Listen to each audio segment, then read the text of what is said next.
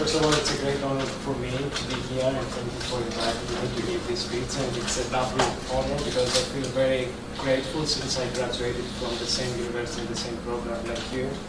And I'm sure that you will be feeling the same blessed after a few years as I feel today, because I know that it's a very hard-working program with a lot of demands from the students, but I think that it's a very prestigious university. And whenever I say that I graduated from this program in the United States or even in Europe, all the doors are open, and I feel very lucky for that. So I would like to give you an insight, like approach of what has been going through in Greece and what are the difficulties there, and in order to have the tools to interpret the reality when you read the news, and also when you are listening something about the European developments, because Greece as a problem is in the core of the European developments.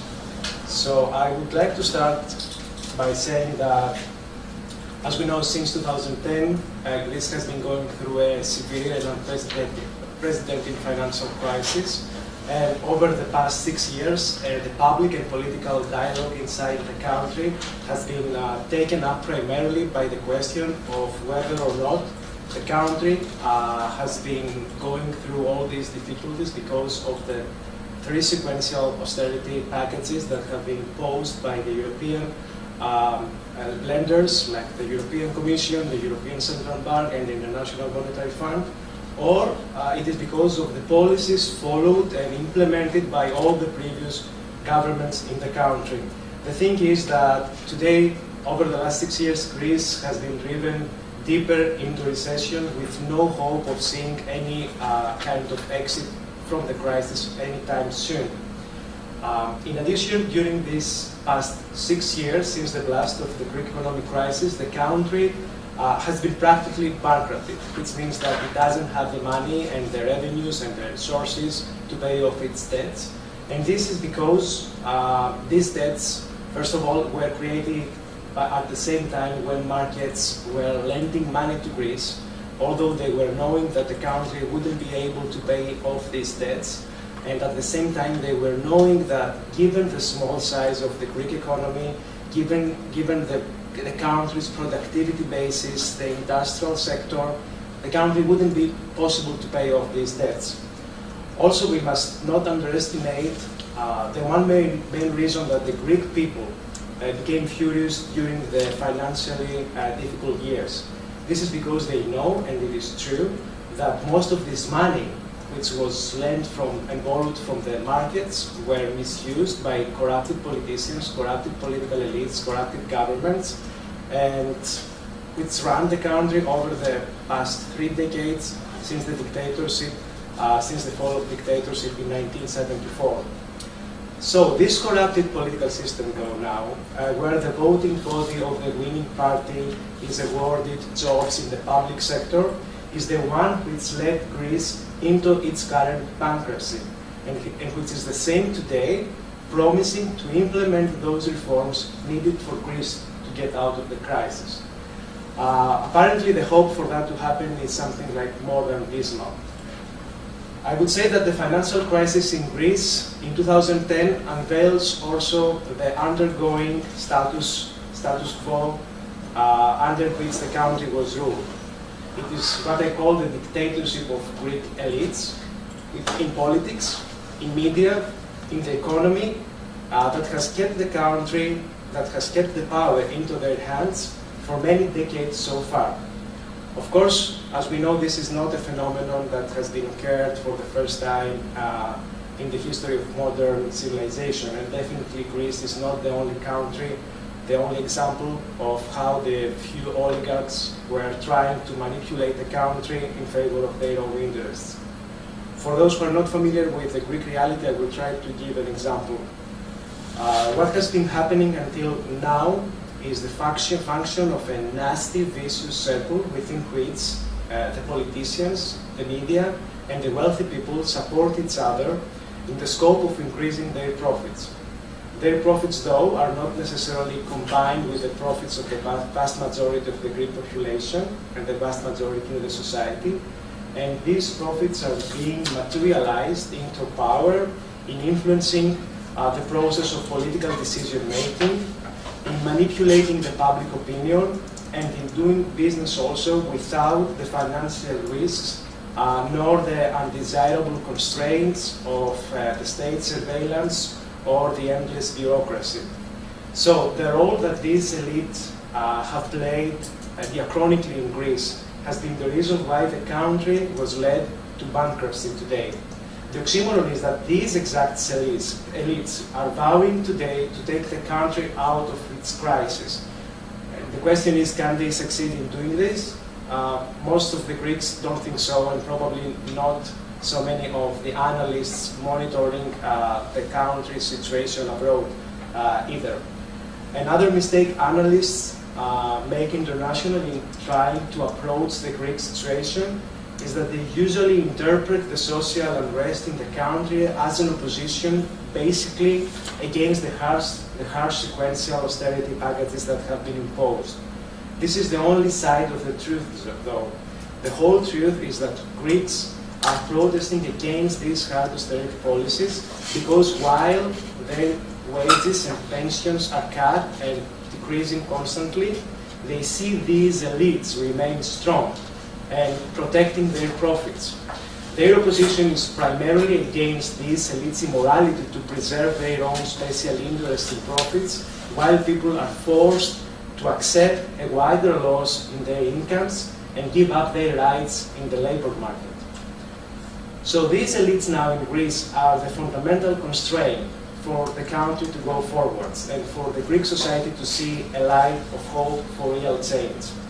The systemic alliance among the counterparts of these elites which drove Greece to the edge of the cliff does not intend, though, to give up. This dictatorship of elites in Greece aspires to keep and protect its privileges, deriving on three main conditions. Firstly, the game is not played by the rules of meritocracy, but based on the measure of the social class, the political power, and personal connections that someone can have in order to survive professionally and economically. That's why most of the brighter young minds of Greece are not staying anymore in the country and trying to find a better future abroad, and this is part of the brain drain that Greece is currently facing. Second thing is that the media remains corrupted and dependent on the government as the way to ensure their financing from the banking system and to gain a kind of asylum for any kind of their illegalities, and economic illegalities particularly. So the media has a reason to need the government as much as the government has many reasons to need the media in order to propagandize its messages to the public. Thirdly, politics continues being something like a members-only club where people who are favored by the two other sides of these elites, namely media and wealthy, can only have access. The dictatorship of elites suffocates Greeks by taking the oxygen they need to build on ruins. And the question is, do the international partners of Greece pay attention on this situation? I would say no, because they believe that it is not their business. But this is wrong. It is their business, absolutely it is their business, if they want Greece to become like a politically progressive country as their European counterpart. As I belong to the new generation of Greeks, I have no appreciation of how the so-called Troika, which is the International Monetary Fund, the European Commission and the European Central Bank, are trying to rescue Greece from the bankruptcy. But I think that the policies that they have imposed on the country has made these elites stronger and their dictatorship even more oppressive for Greece. And in order for Greece to stand up again, it should find a way to escape from this regime of political corruption, media propaganda, and immunity for the wealthy. As long as this doesn't happen, the so-called pseudo-democracy in the country will lead Greece to a reign of extremism, as it is demonstrated in the increasing electorate rates of the extremist Golden Dawn, the neo-Nazi party, and attention of a general conservatism wave that it is ready to sweep the society. That's why I insist that the crisis in Greece is mainly a political crisis. is a deep crisis in its political system.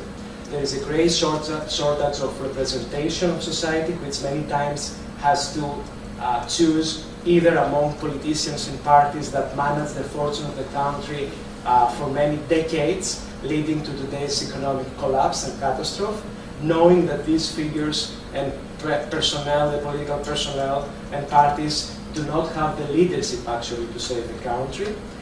Or on the other hand, they have to make the choice of politicians and parties that they are agents of populism, and they are making promises that they know they cannot keep after they get elected.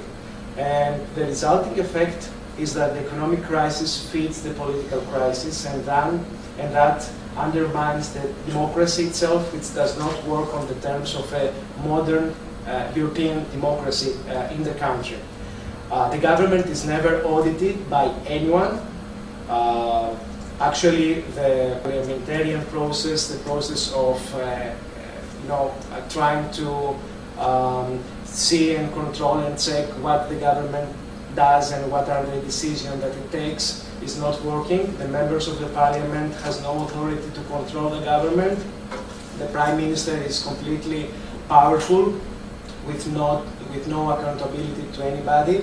The justice system in Greece is subject to political pressure, and the media either sell propaganda or blackmail the government for their own interests. At the same time, the public sector duplicates an unbelievable bureaucracy which prevents anyone outside of the system to invest in the country. And in general, the people see that there is no hope and turn to extreme choices which in the long run push Greece further away from the core of the European values. So Greece today needs deeper changes in its institutions, in its constitution, in its democracy, in its political system, that nobody inside the country want to talk about these issues, because the country is being dragged to the state of believing that the only way to remain in Europe is by remaining in the euro and not by promoting the necessary reform to transform it into a European democracy, actually. During the current economic crisis in Greece also, there were two primary traditional political forces prevailing for many years, the political system. PASOK, the center left-wing party, and New Democracy, the center right-wing party, which have been divided into many smaller political parties because of the crisis and because of the frustration of the society. And simultaneously more players started participating in the political game. The economic crisis also changed the way that the parties in the domestic political system had been divided, all based on whether they belonged to the right or the left of the political spectrum. And since the crisis, the political parties have been separated between those who supported and implemented the strict austerity measures and part of the bailout programs which were imposed in Greece, and on the other side by the parties which were condemning these policies and these austerity policies and these austerity measures, and while they were doing that, they were getting more and more power from the electorate. So these parties, from being marginalized in the past, started playing a significant role in the political game, and one of them is the left-wing party of Syriza, whose leader is the Prime Minister, the current Prime Minister of Greece, after its striking victories in two sequential elections in 2012. The second one is the Golden Dawn Neo-Nazi Party, which appeared for the first time in the parliament, in the Hellenic Parliament, as an elected parliamentary party in the elections of 2012, 2 years after the Greek economic crisis broke out. And since then it has become the third largest political party in the Greek political system, representing the extreme nationalism with an anti-immigrant, anti-gay, discriminatory rhetoric with ideology corresponding to Nazi ideology and the hatred against Jews and other minorities. And this monster of neo-Nazism was bred on the one hand by the austerity policies, which broadened the gap of inequality between inside the society and destroyed actually the middle class. And on the other side, side, it was bred because of the frustration of the vast majority of the Greek people seeing the politicians who had actually embezzled millions of euros, trying to find any kind of asylum, passing laws and walking away with all these millions of euros. The left-wing party of Syriza got a lot of support also from the electorate by blaming the elected Greek governments over the previous years for lack of their capacity to withstand the lenders' demands for more austerity, or even more for the lack of political willingness to negotiate and seriously actually to renegotiate harmful austerity policies of the bailout packages for the Greek economy. The need for the Greek voters now for a real political change after 35 years of the country being run by the same two political parties and almost the same politicians and their sons and daughters, creating like a dynasty of inherited power among three major families who were running for almost 30 years the country, and at the same time the promises of the leader of Syriza party for ending the austerity policies gave him an unprecedented victory in 2015, raising its electorate power from 4 to 5% to 30% in just 2 years. So the rise now of the left-wing Syriza party and the left-wing Syriza government to the power signified a tectonic change in the domestic political landscape, but it was a shock for the rest of Europe. From the beginning of his tenure in January 2015, the new Greek Prime Minister, Mr. Tsipras, seemed to be determined to apply not a conciliatory, but an aggressive strategy towards Greece's European partners and lenders. And as long as the negotiations were ongoing, the Greek economy was in a free fall. The uncertainty over whether or not there would be an agreement between Greece and its lenders resulted in deepening the recession, imposing capital controls with people not being able to withdraw their life savings from the ATM machines or banks when open. And also, it resulted in boosting more than ever the possibility for Greece ending up insolvent, and therefore having to give up its euro currency and return to drachma. 6 months after 6 months, I would say after 6 months of hard negotiations, the Syriza government finally signed a new package of austerity policies, similar with what the previous governments had signed, maybe worse, and despite also its pre-election promises. The coming into power of left-wing Syriza government since 2015 disenchanted the expectations of the Greek people that the government and the Prime Minister Tsipras developed before the elections, which was the long-anticipated ending of austerity and an alleviation of the political crisis in the country as a result of the damage to the relationship of trust between voters and politicians. The Greek left-wing Syriza government is identified now with the implementation of the same exactly policies which, when being in the opposition, blamed the previous governments from the destruction of the Greek economy. The reality check is expected to cause even further tension in the Greek economy and in the Greek society over the next 1 to 2 years, contributing more to an already existing distrust of the vast majority of people towards the political system. This is what I expect to happen. And that's exactly the real danger for Greece shortly, because the frustration towards the political system of an already humiliated society from the harsh economic measures, and to some extent as to how democracy and the political accountability in the country work, usually leads to extreme political choices. So I would like to also mention the situation about the Europe, and what we have seen is like a lack of democracy in Europe since 2010. Since that landmark, the way that Europe has tried to deal with the Eurozone economic crisis has been one of the primary sources of dissatisfaction and internal political struggles among the common currency member states, and this has traumatized the EU deeply. by transforming their relations from an equal one among political partners in the EU family to an unequal one between lenders and creditors. The European member states have undermined the European political establishment. The European partners of Greece made a very fair argument to the Greek government and to the Greek authorities during the intense negotiations of all the previous years, saying to Greece, you are borrowing our money, so you have to accept the terms.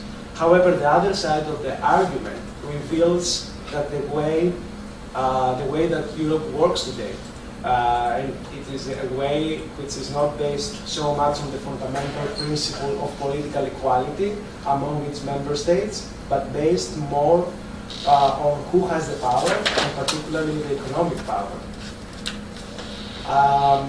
Today, Europe, because of all of what has been happening over the last 6 years, is going through one of its greatest crises over the last decades. The danger of a breakup is greater than ever before. The discussions about the future of the Eurozone and the possible gradual exiting of member states from the zone of the Euro, with first and foremost Greece. Also, the strong inclination of the Great Britain exiting as well. The rise in all the European member states of far-right wing parties which demand the breakup of Europe.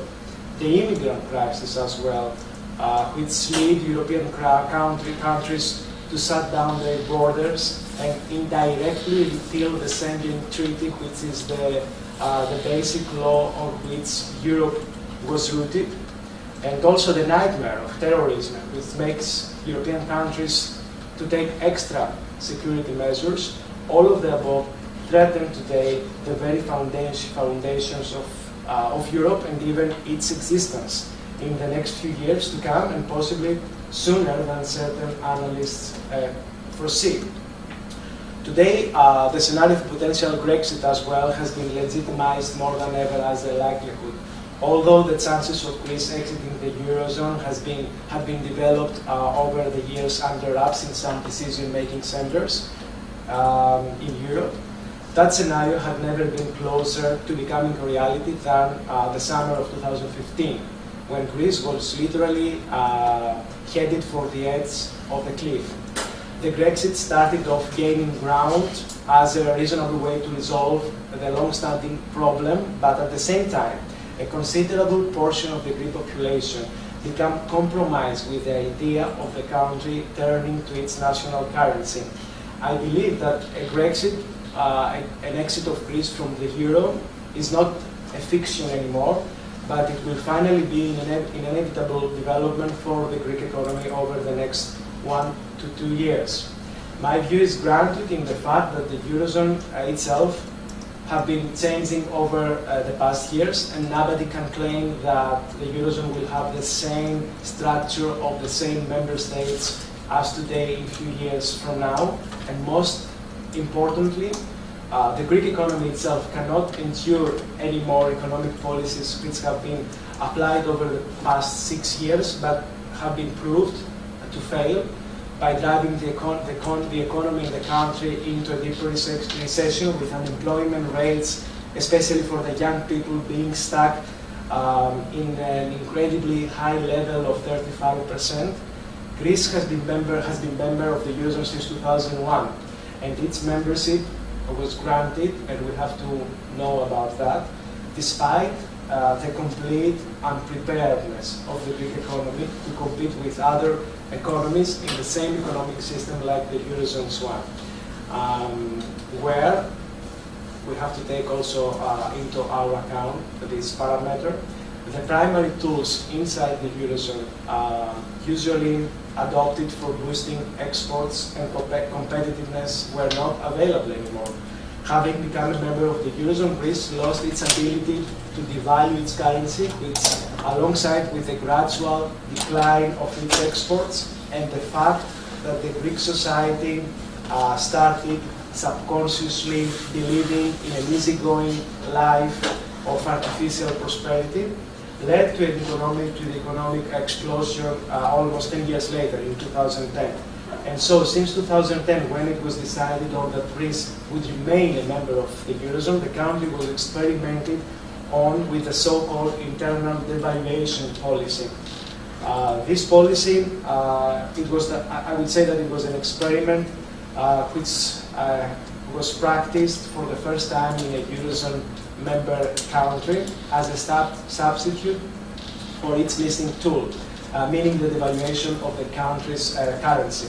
That meant that Greece had to proceed with lowering, among other things, the salaries from private sector employees, thus creating a new generation of low-cost, cheap workforce, and condemning in that way the young people to work for less than 600 euros per month in order, in a working market, that there were no job opportunities.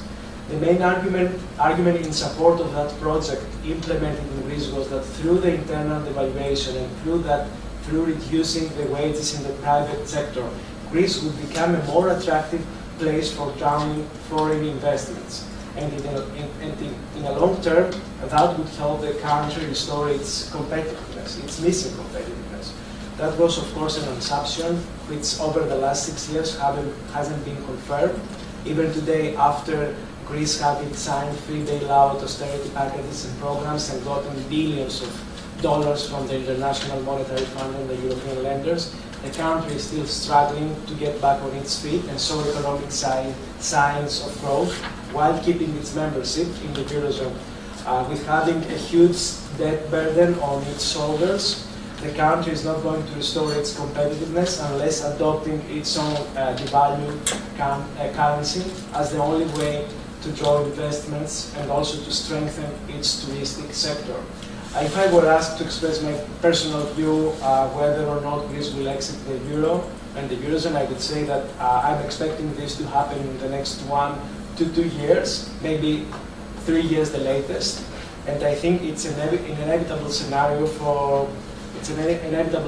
that the Greek political elites, the majority of the Greek people, the media in the country, and also the lenders of Greece don't want to confront yet, until the situation gets to the point of becoming completely uncontrolled, the political, social, and economic situation. But in the meantime, the point is that Greece will have lost almost a decade in its efforts to turn around a very difficult situation, which was not workable for the first moment in 2010.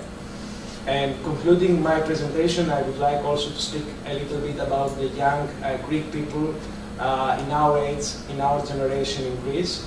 There is something which is said in the Greek language, which is often used and refers to how Greece treats young people living in the country and struggling to succeed in their life. It is usually said that Greece strangles its own children. It's a phrase which does not have, of course, a literal meaning, but it is indicative of the lack of opportunities in Greece nowadays for the most active and dynamic part of the Greek population, which is youth. And also Greece today is the worst place for a young professional or a young researcher to live in and to try to build his own personal career and life. And this is very sad and embarrassing reality, even for me who left Greece before the explosion of the economic crisis to pursue my career and academic goals abroad. But actually, is it that economic crisis the only reason why Greece was transformed into such an inhospitable environment for youth? I would say, of course, no. Of course, the current economic situation has increased the unemployment rate to an unprecedented high level and reduced dramatically the job opportunities in Greece. But someone might allege that these are simply symptoms which normally surface in any economic crisis until it passes. But in the case of Greece, the labor market does not suffer only from these symptoms. The youngest professionals are hit by yet another one significant cause, apart from the very high unemployment rates, which drive them towards an impasse. The cause is the absence in Greece that creates inequality between those people who have access to resources of political and economic power in the country and those who don't. And this kind of inequality excludes the vast majority of young professionals from the rest of the range of existing job opportunities in Greece. So searching for a job is based on criteria such as who you are, who your parents are, what your connections are, and maybe who has introduced you to someone, to a prospective employer, rather than what your merits are and how productive and suitable you could be for the specific job position. And I would say the current economic crisis made many of these young Greek professionals and researchers abandon their country and attempt to find opportunities for better jobs and salaries abroad that their homeland deprived them of. And many decades ago, Greece, as we know, had an immigration flow to other foreign countries, and particularly to the United States and Germany, with thousands of Greek citizens going there to work and start a new life abroad. So the worst thing for Greece, after what has been happening over the last 6 years, is beyond the high deficits and huge unsustainable debts, is that the young people have lost the right to dream about their future in their own country, and I think this is the real tragedy that Greece is facing today.